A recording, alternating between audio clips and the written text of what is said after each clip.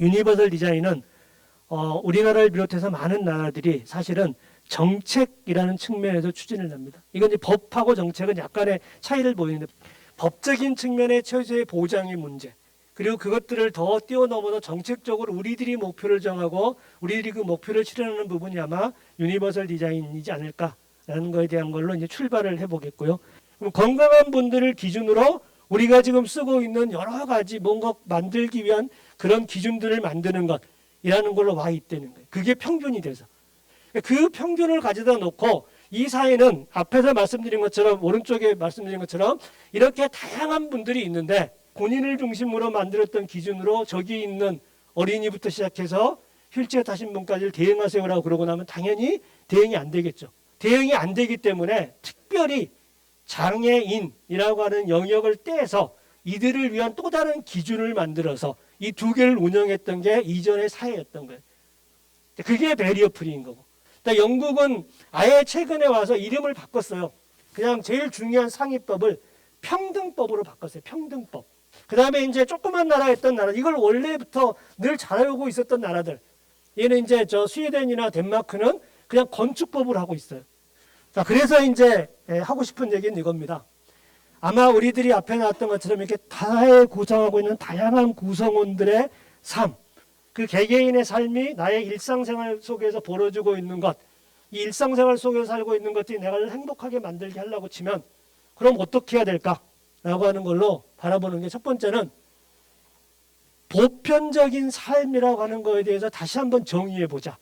이제 지금 살고 있는 고령화된 분들 필요해서 우리 모두 다 미래 내가 인지 능력이 떨어지고 아까 물리적인 이 능력이 떨어지고 여러 가지가 떨어지고 나면 결국에는 그 떨어진 환경 속에서 가장 생활에 적응을 잘하고 있는 방식이 자기가 살고 있는 동네, 자기가 살고 있는 집, 자기가 이용했던 시설들이라고 하는 그 익숙한 환경에서 사는 것이라고 하는 게 사람들이 행복한 삶이라고 저희 새롭게 정의를 하고 있는 거예요. 그래서 그 보편적 삶이라고 하는 건 그렇게 내가 살아왔던 쪽에서 쭉 살 수 있는 것이라고 하는 걸로 가고 나면 그러면 그렇게 내가 살고 있는 곳에 있는 나의 삶을 힘들게 만들었던 요소들을 모두 다 그런 생활 환경을 힘들지 않게 변화시키는 일들이라는 게 우리는 그걸 우리 유니버설 디자인이라고 얘기할 수 있겠습니다라고 하는 거고 그래서 이런 우리의 노력은 결국에는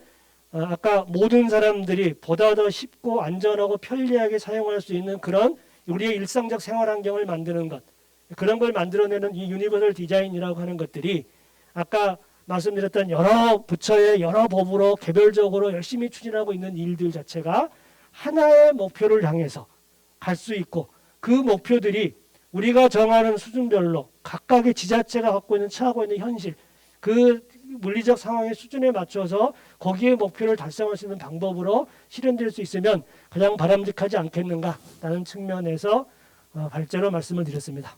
자, 감사합니다.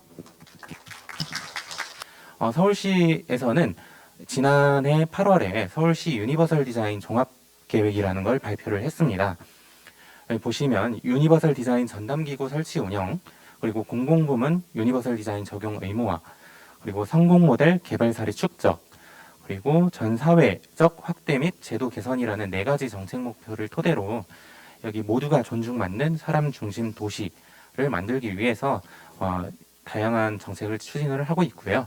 다음은 유니버설 디자인 성공 사례 축적을 위한 수단인데요.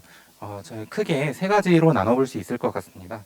첫 번째로는 정보 제공이고요. 그리고 여기 보시는 이제 가이드라인이 정보 제공 사례라고 할 수 있겠습니다.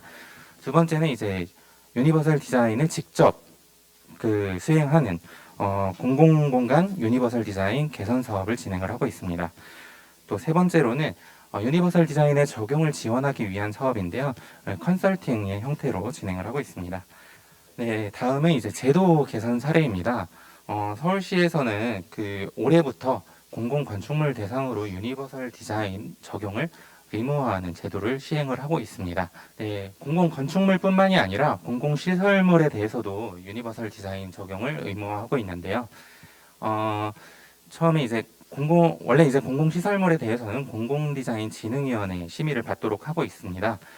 그 전에 저희 이제 컨설팅을 이제 사전 컨설팅이라고 해가지고 컨설팅을 의무적으로 받도록 함으로써 유니버설 디자인을 적용토록 하고 있는 상황입니다.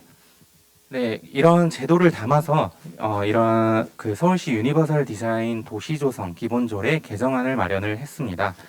이러한 유니버설 디자인 도시조성 기본조례 개정안은 지금 현재 한 7월에 공포 예정이고요.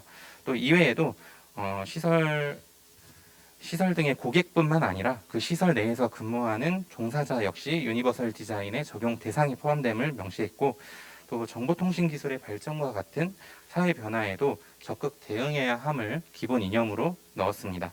여기 여러분들께서 많은 관심을 가져주시면 감사하겠습니다. 공공 디자인과 유니버설 디자인이라는 이렇게 용어가 양립되는 것처럼 보이지만 실제로 공공 디자인 분야에서 유니버설 디자인을 현실적으로 수행을 하고 있기 때문에 그 관계가 어떻게 되는지를 설명을 드리고 법제적으로 우리가 어떻게 뒷받침을 해야 될지 이런 부분들을 좀 말씀드려 볼까 합니다. 먼저 공공디자인법은요, 2015년 12월 30일 날 국회를 통과하면서 2016년에 시행이 됐는데, 공공디자인을 어렵게 생각하면 한없이 복잡한 것 같지만 국가나 지자체, 공공기관이 수행하는 디자인 명확하거든요.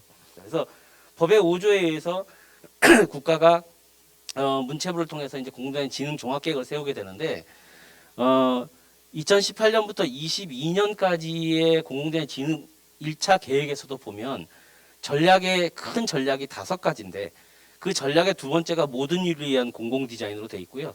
이 내용은 철저하게 지금 보시는 것처럼 누구나 걷기 편한 거리 조성, 장애인 고령자를 위한 문화생활 공간의 유니버설 디자인, 그 다음에 누구나 이용하기 편한 행정 서비스 디자인, 이렇게 되어 있고요. 자, 그래서 실제로 보면 공공디자인 진흥 조례가 현재 광역이 100% 수립이 됐고요. 기초가 57.5% 수립이 됐습니다. 2016년에 법이 생겼으니까요. 보시면은 한 5년 만에 저 정도 올라가죠. 그러니까 법이 있고 없고의 차이는 굉장히 무서운 건데, 법률이 있고 나서 저렇게 조례가 있으니까 실행이 되고 뭔가가 계획이 생기고 작동을 한다는 거죠. 유니버설 디자인 조례 같은 경우는 현재 광역이 35.3%, 기초는 4.4%밖에 없어요. 공공디자인법이 워낙 전체적으로 디자인과 관련된 영역을 전체를 커버하고 있고, 국가나 지자체나 공공기관이 하고 있는 부분에 대해서는 모두 다 범위를 갖고 있으니, 거기서 우리가 특정한 시설물이라고 할 게 아니라 시설물, 이미지, 뭐 유니버설 디자인 등 유니버설 디자인 한 단어만 들어가면 그 다음부터 나머지를 기존의 체계 내에서 모든 지자체가 다 넣을 수 있다는 얘기죠.